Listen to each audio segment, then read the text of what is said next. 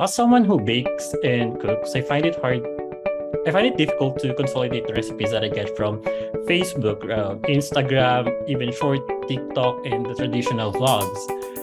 So our team, I, Jason, Rada, Cass, and AK, decided to create a website where users can share their recipes and have them edited and deleted.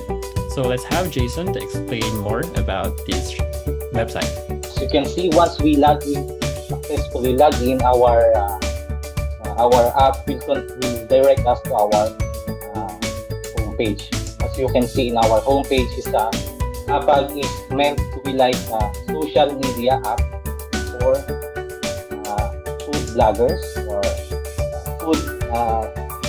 food oriented people, especially those who want to cook and to share their recipes to other people.